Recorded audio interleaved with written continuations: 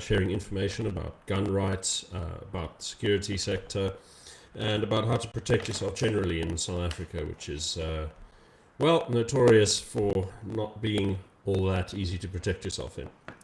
But today, he's going to be talking to us about something he wrote an article on recently, which you can find on our website. It's in the description, as is his website. This is on PSiRA, the regulatory authority for the private security sector, which has introduced a large number of seemingly irrational regulations for governing what equipment and what practices are allowed in the private security sector. And according to Gideon, this could threaten the actual functioning of private security as a whole. Would you say that summary is accurate? I'd say it's very accurate. There's only two additional points I'm going to bring in. The first is I'm also wearing my South African Gun Owners Association trustee hat. I am involved with that organization. They do exceptionally good work. And bizarrely, it seems that we're one of a handful of people taking the so-called the sharp point of the spear on this issue, which is not actually something that's directly related to where we generally operate, but be it as it may, it's one of those things.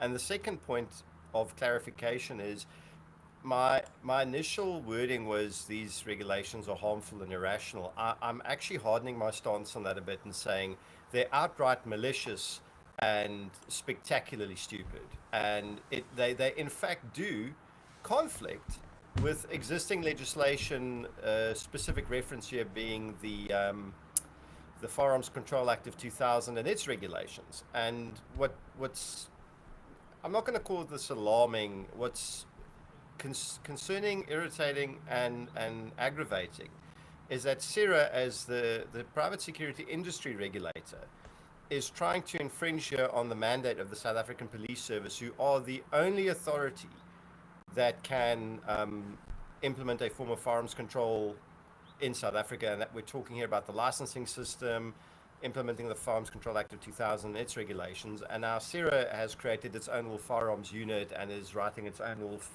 firearm regulatory clauses pertaining to its industry, which is not its mandate. So it's overstepping its mandate. It is infringing in bits of legislation that has nothing to do with it, and it's generally being malicious and incompetent. What is the logic behind this? I understand from some other remarks that you've made that they've attempted certain things like this before, and you've also said that the industry is already somewhat over-regulated at the moment. Do you think you could elaborate on that? Because I don't think a lot of people understand what regulations actually govern the private security sector and what impact that has on operations. So just to start with the end of the story at the start, the private security industry is very heavily regulated by the PSiRA Act, which is the Private Security Industry Act, as well as the Private Security Industry regulations to that act. So these are extensive legislation and regulations that govern almost to minutiae and a level of micromanagement what this industry is allowed to do, how it's allowed to do it, what penalties there are for not complying with minute requirements. And the regulatory authority actually generates quite a bit of revenue annually from fining so-called non-compliant firms. And as far as my understanding goes regarding what constitutes non-compliance, they are quite aggressive in how they penalize firms for perceived infringements on regulations or standards or non-compliance. So even there, you're sitting with a regulator that seems to be, on a good day, very hostile towards the industry it is mandated to regulate. With regards to the first part of the question, what the logic would be behind these new regulatory amendments, that's a very good question. It's exceptionally difficult to answer because I can't actually tell you the reasoning behind it. From everything I can tell, there was zero stakeholder engagement process prior to these regulations being written. There is a rumor they originated from both the Civilian Secretariat on Police as well as PSiRA itself. So they were written in a vacuum, as far as I can tell. and as far as everyone else that has been involved in it can tell. And what this is now leading to us speculating about, okay, what could be behind it. One of the things, an issue that has been brought up numerous times, has been the rogue and criminal players in the South African private security industry. You have taxi mafias, you have other criminal groups that are fronting security companies. In many cases, these security companies aren't even registered with PSiRA at all, so they're unregistered security companies. And some of them have even succeeded. And I think the Global Initiative Against Transnational Organized Crime actually wrote a whole research paper on this stuff. And we talk about a 180-page PDF document, amongst other issues. This is also discussed. How these guys, unregistered firms, are through corruption obtaining firearm licenses for their security company guns, which they then use in taxi warfare. So there is this... Just to interrupt briefly, those fraudulent, those fraudulent licenses that they're getting, would they be getting those through the police or through PSiRA? Through the police. So it's a legitimate license in the sense of it's an actual card and it reflects on the registry and on the system. But none of the requirements for the issuing of that license is met. So just to clarify for the viewers quickly, if you're a security company and you want to own firearms and issue them to your armed personnel, what you have to do is first you have to be PSiRA registered. That PSiRA registration then allows you to apply for something called SAPS accreditation. So you go to the police and say, hi, I'm a registered security company. Amongst an array of security services, I'm also offering armed services. I would like to apply for through the accreditation process for your accreditation, that you go through my firm and approve me. And once I've gotten that accreditation approved, that means I can then apply via the Central Firearms Registry for something called a Section 20 license. The Section 20 license is a firearm license for business purposes. And you would essentially say to the police, hi, I would like to motivate a need for the following guns. I need them to service the following clients or contracts, or for the following tasks and purposes in rendering services as part of my business. That's then scrutinized and it's either then approved or declined. So that is the process. It's a very expensive, very long, and very extensive process to go through for a private security firm to actually obtain firearms. And then there's a whole bunch of requirements you have to meet in order to keep those firearms. So you are annually inspected at the very least by the police and by PSiRA. It's a whole rigmarole. So to legitimately get there is an expensive and quite penetrating process. Now, these rogue firms that are getting their licenses through corruption obviously do not comply with any of those requirements. So that's the first problem. The second problem is there are actual rogue firms who are registered and who are obtaining licenses also illegitimately. And those are the ones you read about in the news, where rogue security firm is busted with X amount of guns and busted with drugs, and they've been fronting gang activity or participating in gang activity or participating in taxi route warfare. Lots of taxi mafiosi have security companies. Even Cape Flats gangs have security companies. And here's the important question nobody's asking. If the regulator is aware that these firms exist, that they're illegitimate, that they're criminal, that they're fronts for criminal activity, and that known criminal role players and entities are involved in their management, in their running, in their financing, in their activities, why the heck, I wanted to use a stronger word, but this is probably a family-friendly channel, so I'm going to say, why the heck are these reprehensible criminal scumbags not investigated, prosecuted, and convicted, and their firms shut down? That is, after all, the entire point of having this multi-million rand, and PSiRA is raking in at least R500 million to R1 billion annually on fees from security firms and security officers. This multi-100 million rand entity that is tasked with doing just this, and that the police are compelled to assist in the performance of these tasks. Why are they not shutting these firms down? And why is their first idea to say, well, we're struggling with these rogue elements, let's just over-regulate the industry more to the point where it will cease existing?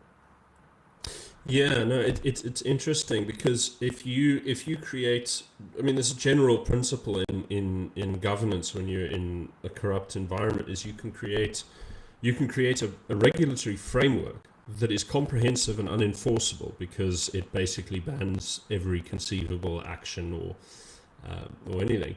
And what that gives you is it gives you complete arbitrary authority to intervene whenever you feel like on anything you want.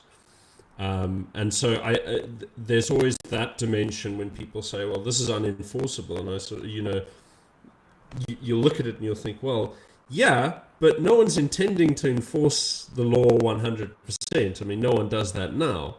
So, yeah.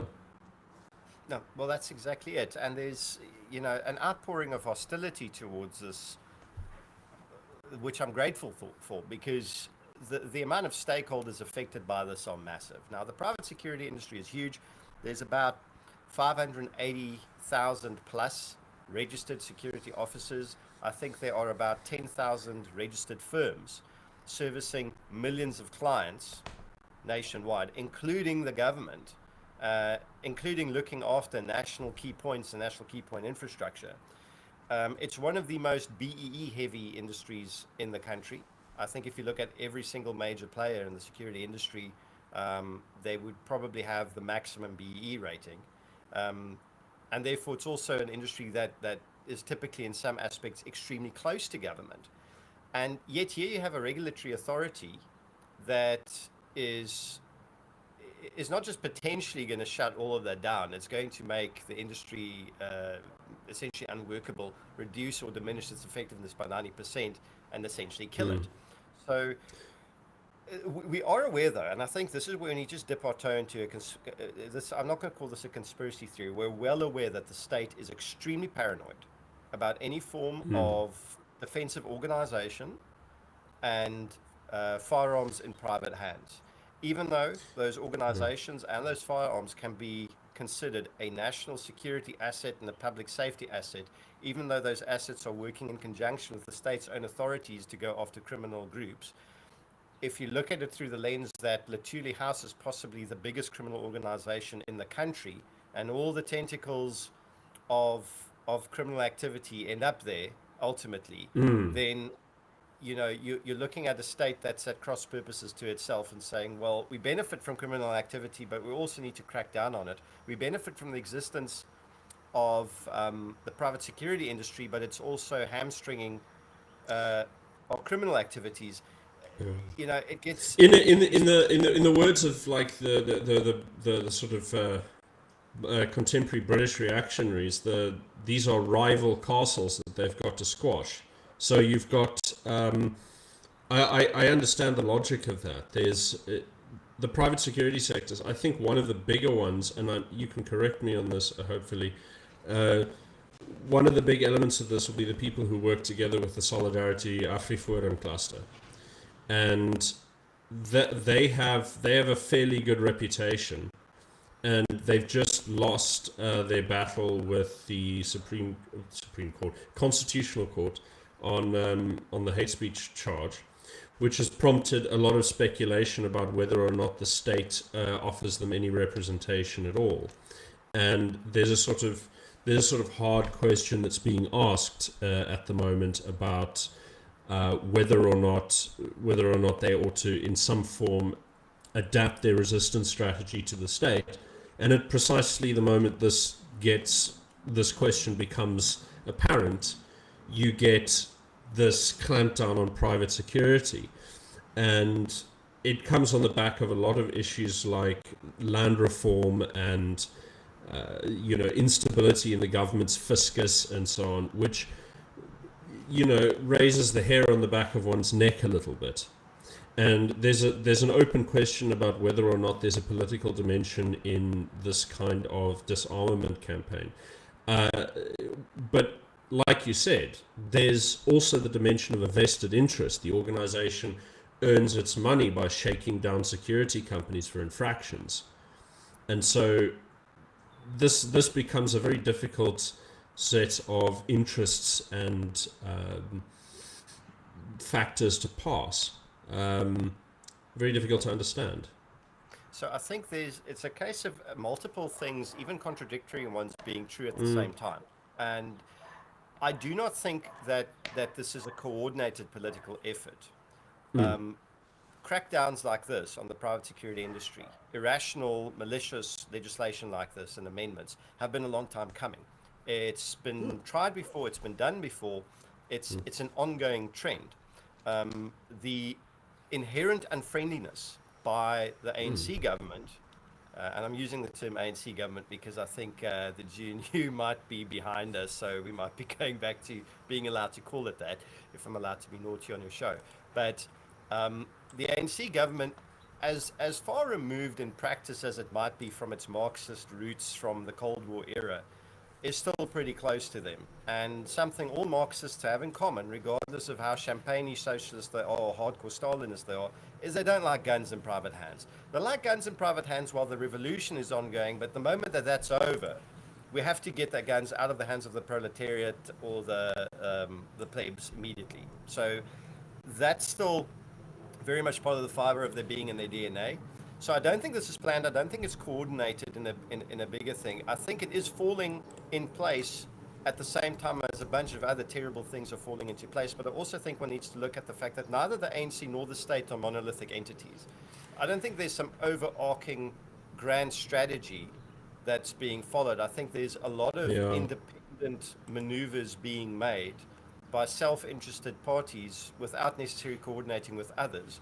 And in many cases, they are coincidentally pulling in the same direction, that direction being bad, which doesn't make this better, by the way. It doesn't necessarily, this is not necessarily a silver lining. It's just the fact that I don't think this is necessarily as grandly planned, but the overall impact is still going to be broadly negative, and it is going to weaken not just civil society in general, but it can kill the economy.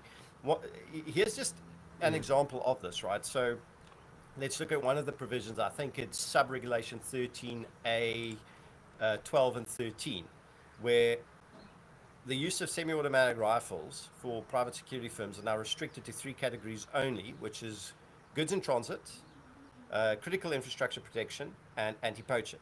Now, sub-regulation 13 allows you to apply for an exemption to that. It says, listen, I run tactical intervention teams or whatever, I need these guidance. I apply to the regulator who may or may not, who may in fact approve it, as far as we might know. But the fact is, as things stand in the beginning, if you run those high-risk functions, you're locked out. This is how ridiculous this is. So if I've got a shipment of gold, cell phones, high-value consumer goods, cash, whatever, I can protect this thing while it's in a vehicle on a public road with semi-auto rifles.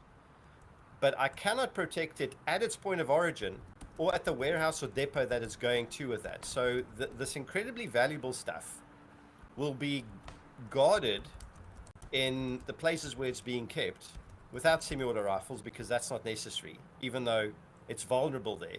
But the moment we put it in transit, it's now justifiable to... Well, I mean, the way to get around... I mean, it just sort of opens up an extraordinary...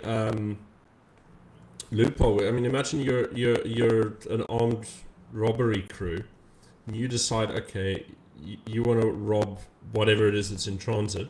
You just quietly follow them, park outside the depot, and wait for them to, disperse. And it's like, and then they're not allowed to defend themselves.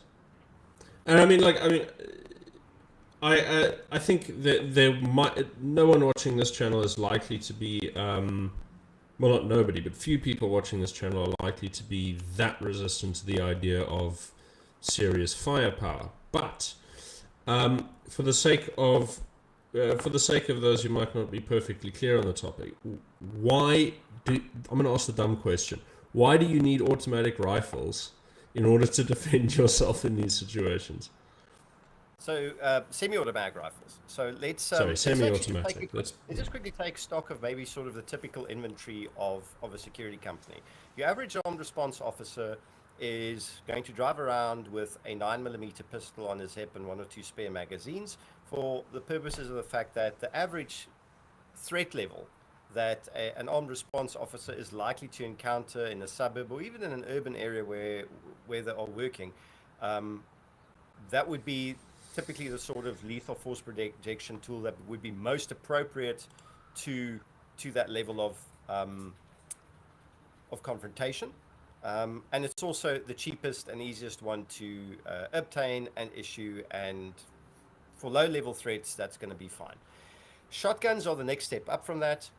They are very applicable in crowd control, public violence, riot control, dealing with violent strike action, because you can shoot rubber bullets out of them, which is also, by the way, now classified as a prohibited weapon by these very same proposed regulatory amendments. So rubber bullets, pepper spray, tasers, and water cannons are no longer allowed unless you apply for exemption to these things. And I think you have to apply for exemption 7 days before you intend to use them. So you better get more than 7 days notice of public violence, riot, or strike action in order to satisfy the regulator that you want to shoot rubber bullets at people, trying to kill your people, burn down the facilities, loot your warehouse, or destroy your factory. So more on that later. So the next step up from handguns would be shotguns. And then when you're dealing with stuff that the people with the handguns and the shotguns can't deal with, and this is now where you're dealing with very dangerous syndicates armed with AK-47s that are typically going after, Zama's going after the mines, people or gangs going after high-value goods in transit, or attacking depots where cash or other stuff is being held, or places where your threat level requires either a high-risk unit or a tactical intervention team to step up. And a great number of shopping complexes, malls, warehouses, and corporate offices in this country are actively guarded by tactical intervention teams. You just don't see them. In some cases, they're waiting in a ready room far away from public view, or they're standing off at a standoff point during their operational hours. And the only people you interact with as a member of the public are unarmed, smartly dressed security guards walking around with walkie-talkies, keeping an eye on things. They're the first line of defense, and if things then go horrifically wrong, the tactical intervention team will either arrive on the scene, or in many cases, especially with malls, will wait for the armed robbers to leave the facility where the public is, then intercept them out on the road and deal with them there.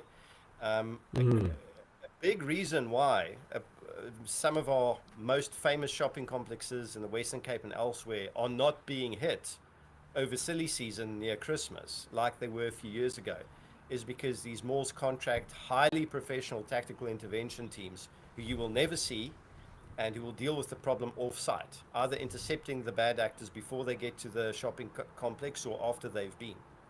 Which, if you're a gang of robbers and you know that either before you get to your target or just shortly after leaving it, you're probably going to encounter some highly trained and heavily armed people that are out to stop you. It increases the costs of that criminal activity massively, and you rather go hit places where you don't. And this includes places like Gugulethu Mall, by the way. So the fact, which is why Gugulethu Mall isn't getting robbed every week. Okay, it's in Gugulethu. You'd imagine it would be a prime target. Why is it not getting hit? Okay, so that's kind of why you need semi-auto rifles. A semi-auto rifle is a necessary tool to deal with the specific threat level, and most people in this country will not even see outside guys doing cash and transit guarding tactical intervention teams with those rifles because they're not generally in public view. But they serve an incredibly important and vital function for public safety. Yeah, yeah. Oh, one of the other things that strange sort of thing I'm thinking about the crowd control element is, even if you've obeyed all of the sort of regulations, you've now got security guards who are armed with live rounds, right? Who now have to face crowds, and they're not allowed to use non-lethal methods of crowd control. I mean, that's just setting up another Sharpeville incident, isn't it? It's setting up. It's a massive problem, and you are now essentially you are forcing security companies to deal with the situation where you require the use of a less lethal force tool right now in order to prevent the situation from escalating to where lethal force is necessary, because you've got a violent riot action. It's threatening property only at this point and not life yet. you're intervening to protect property with rubber bullets, pepper spray, maybe a water cannon or something like that, and you're neutralizing the situation or containing it successfully so it doesn't escalate beyond that. Now you've got private security officers that are standing off on the scene. They're going, well, we can't do anything about this, so we're watching it until the point it gets so out of hand that our own lives are now at risk. Now we have to respond with lethal force to protect ourselves against the crowd. People are actually ending up dead, which is highly undesirable. And property ends up getting moved or destroyed anyway because no early intervention is possible. So it pulls the teeth entirely from the ability for private sector firms to protect private property of all sorts. We're talking here about businesses, neighborhoods, farms, empty plots of land from land invasions, you name it. All of this becomes essentially rendered toothless and null and void. Now, if you look at municipalities, right, municipalities and metros are becoming increasingly reliant on private security firms. The city of Cape Town being a big one, but even city of Joburg, city of Tshwane, you name it, right? On private security firms to protect their open plots of land against illegal land invasions, to protect their municipal assets from criminal groups targeting them. And a big part of performing these protection functions is access to all the necessary tools in order to do it. If you prohibit the firms from accessing it, ultimately they can no longer perform their contractual obligations to the municipalities. The municipalities do not possess their own internal capacity through municipal law enforcement or metro police to do this themselves. So you're just going to leave large swathes of municipal property, public property and infrastructure just entirely unprotected. And we know what's going to happen to that property in the South African context once that vacuum's created. Yeah, no, that's for sure. I mean, a lot of the land invasions in the Cape were during 2014 to 2019, when the DA was in charge of the province and decided on an official policy of not preventing or enforcing property rights regarding land invasions. So that was an official policy they took up. And it's completely transformed the entire province. I think everyone has seen it. And as far as I understand, they're not extremely keen on enforcement right now. I mean, but completely removing the ability to do so when you need it is, yeah, I can't imagine. That would be absolute chaos. It would be absolute chaos. And look, to the city of Cape Town's credit in this one, they have actually maintained some pretty solid contracts with the right people for the most part. And I think that's also why we're not quite seeing the same level of chaos we might be seeing in certain other places. But we're seeing definitely more of it than you're seeing in a metro like Tshwane, for example, which is less hard hit by this type of problem. The fact of the matter is, you're absolutely 100% correct that if you remove that capacity, then it's gone. And the only alternative then is to say, well, we're reliant on two entities now. Public order policing, which is severely overstretched and dysfunctional, and essentially my reaction to that would be good luck. And the other is relying on extremely limited metropolitan law enforcement and policing capabilities and capacities. They just do not have the number of personnel, the reach, and the flexibility to respond to critical issues in all of these locations simultaneously, and also don't have the capacity to guard it. You know, the city just cannot. I don't think any metro has the capability to assign necessarily armed guards to all of the locations that need guarding 24/7, which is exactly why that's contracted out to the private industry. You remove the private industry, you're going to create a vacuum, and we know what happens in that vacuum. Yeah, because I mean, the people who've got the first mover advantage in the black market in any area are, well, they're the existing criminal networks. And I think, we're not going to fare very well from that because those networks are relatively well integrated into the ruling party's sort of patronage system. So it creates a situation which is extremely adverse for minorities. Well, not all minorities, but, The specifically for white people, I think it would become very difficult for us to get on. So it seems to me that we're in a very sticky situation. But you've mentioned that it's been done before. That we've managed to force PSiRA to be reasonable before, or at least halfway reasonable. So how did that go, and what are we doing now? So I think what we did before is I think that the industry itself actually got them through their own threats of litigation and processes to march in line a bit. What we're doing a bit differently this time is there's for the first time in my memory, a very strong public participation in objecting against this. So I know that the good people at Free SA this morning indicated that there were already over 11,000 objections just through their platform to this proposed regulatory amendments, which is massive. That's very, very good. And then just sort of a bit of an insider view as to how other people are thinking, including fairly wealthy people, are saying, one of two things, as in, well, PSiRA can try this, and we're going to sue the pants off them. So the ramping up of threats of litigation are real. The second one is people saying, well, implement these things and see what happens. We're not going to comply, GFY,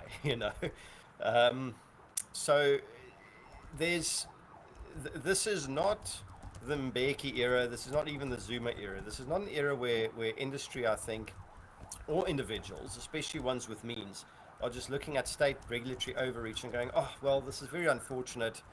Guess we're just going to have to accept it and do the best with it what we can. It's gone too far for that now. I think, when you build decades of state overreach upon state overreach upon state regulatory overreach, forcing a thing into a corner where people's entire livelihoods, the entire profitability of what they've built, and the entire continued existence, rather, you start presenting an existential threat to people.